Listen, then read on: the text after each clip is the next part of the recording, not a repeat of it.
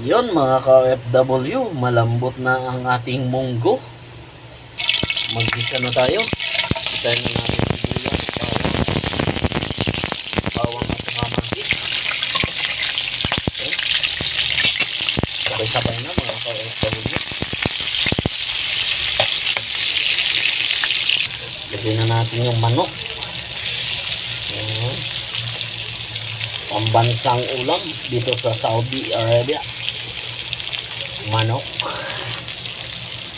Yun mga ka-FW, naglagay ako dito ng upo. Lagyan ko rin ito ng mga pampalasa katulad ng asin, tuyo, paminta.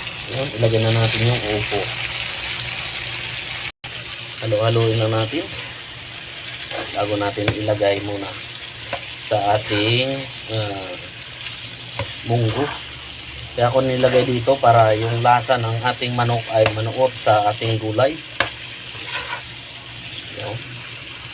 Yun, lumabas na ang katas ng ating upo. Ilalagay na natin sa munggo.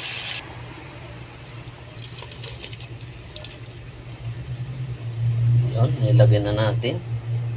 Ito na ang ating munggo with upo mga ka-OFW. Palambutin lang natin yung gulay at saka ready na to. Yun, luto ng ating munggo mga ka-OFW.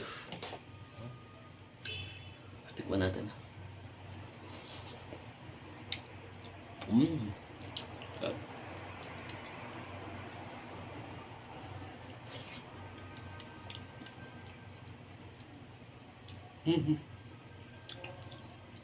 Ulit pa.